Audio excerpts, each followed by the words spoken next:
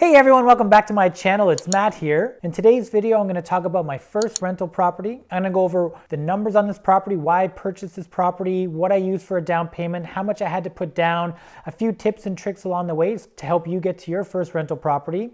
I am going to go over my full investment portfolio in a future video, but I felt like I want to bring it back to the beginning and start with the very first property that I purchased and why I purchased it. Now, I purchased my first rental property back in 2015. This was about 10 months after me and Nicole had returned from traveling around the world for 2 years.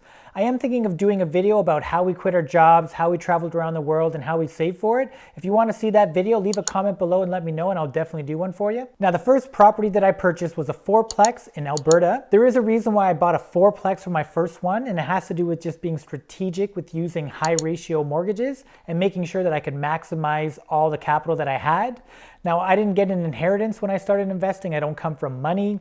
So I had to make sure that I utilized every single penny that I had to the fullest. Now, the reason why I mention this is just to point out that you don't need to inherit a large sum of money or come from a family with a lot of money to invest in real estate. It can be done just like me, with just a lot of hard work, living frugally, watching my pennies and expenses, and just saving everything that I could so that I could get started in real estate. So as I mentioned, with this property, I did do a high ratio mortgage, which means that I put 5% down instead of 20%. Now, by putting only 5% down, it does mean that I had to pay a mortgage insurance premium. Now, in Canada, we do have 3 mortgage insurance providers. We've got CMHC, we've got Genworth, and we've also got Canada Guarantee. Now, something important to mention is when you do a high ratio mortgage, it does come with a cost. There is a mortgage insurance premium that you have to pay. Now, what this insurance does is it protects the bank in case you default on the mortgage. So yes, I know it sucks that you have to pay this extra fee to protect the billion-dollar bank from losing some money, but it does allow you to get into a property with very little money down, so that's just the price of doing business. The purchase price of this property was $720,000. I needed to put a 5% down payment, so I needed $36,000 to put down on this property in order to purchase it. Now, I know you're wondering, where did this down payment money come from? Well, it came from years and years of working hard, living below my means, living frugally, saving money where I could. Because I was working at a bank at the time, I was able to take advantage of a loan program that the bank offered that allowed me to take out a loan to buy stocks of that bank to invest in. The benefit for me was that it was at a very low interest rate. Now, I did take out a $10,000 loan from the bank in order to invest in this bank stock, and I was fortunate enough that the stock grew in value and actually made me $15,000 after I paid the loan back off. Now, I know in my last video I talked about why I prefer real estate investing over stocks, but stocks can definitely play a huge part in growing your net worth and your wealth. And by combining the profits that I made from stocks to invest in real estate, I was creating a really awesome wealth building strategy. Now, I did have to use a little bit from a line of credit just to make sure that I had enough to cover all my closing costs. Now, that's where my down payment came from.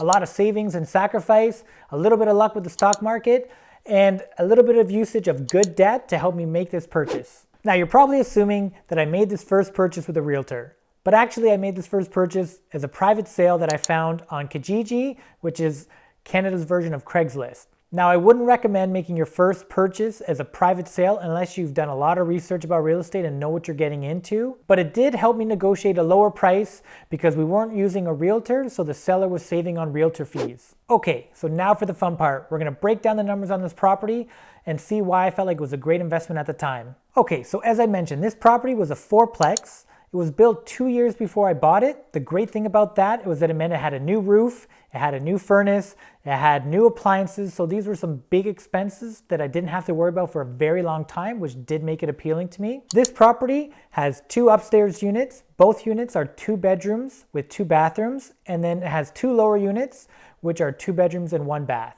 Now, the great part about this property is it did have separate meters for each unit. Each unit had its own furnace, and each unit had its own in-suite laundry. The great thing about this is that each tenant has control over their own utilities, the temperature in their units, so you're not gonna get one tenant saying, oh, the upstairs set the temperature too hot, or oh, it's freezing down here and I don't have a thermostat. So each unit gets to control what temperature they like, which is definitely gonna help avoid any tenant conflicts in the future. So here are how the numbers worked when I made this purchase in 2015. The purchase price of this unit was $720,000. The down payment, as mentioned, was 5%, so it was $36,000. So the initial mortgage on this property was $684,000 plus $20,000 insurance premium for a total of $704,000. Now, my monthly mortgage expense on this property was $3,100. My total expense on this property, when you include $640 for property tax and $240 for insurance, came out to